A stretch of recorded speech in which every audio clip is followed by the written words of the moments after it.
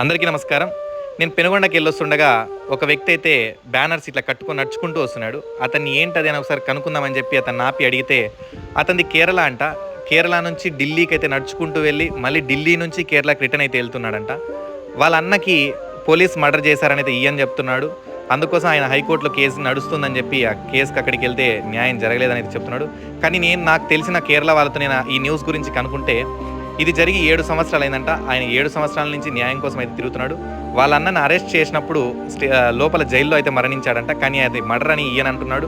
కానీ అక్కడ ఏం జరిగినది పోలీసు వాళ్ళ న్యూస్లో ఇంకైతే బయటకు అయితే రాలేదు. సిబిఐకి కూడా అప్పగించారు. సరే ఏదైతే ఏంది, ఒక తమ్ముడు ఒక అన్న కోసం ఇంత కష్టపడుతుంటే నాకు చాలా బాగా అనిపించింది. అలానే ఇక్కడైతే నాకు కార్లో ఉన్న వస్తువులు అయితే నేను ఆయనకి తినడానికి అయితే ఇచ్చాను. అతను ఏమొద్దు, నాకు వాటర్ బాటిల్ జ్యూస్ అయితే చాలన్నాడు. అతను ఇంకేం నాకు వద్దని అయితే అన్నాడు. కానీ ఆయన 7 సంవత్సరాల నుంచి పోరాడుతున్నాడంటే నాకు చాలా బాధ అయితే అనిపించింది. దీని గురించి మీకు ఎవరికైనా తెలిసింటే కామెంట్ ద్వారా తెలియజేయండి. Thank you.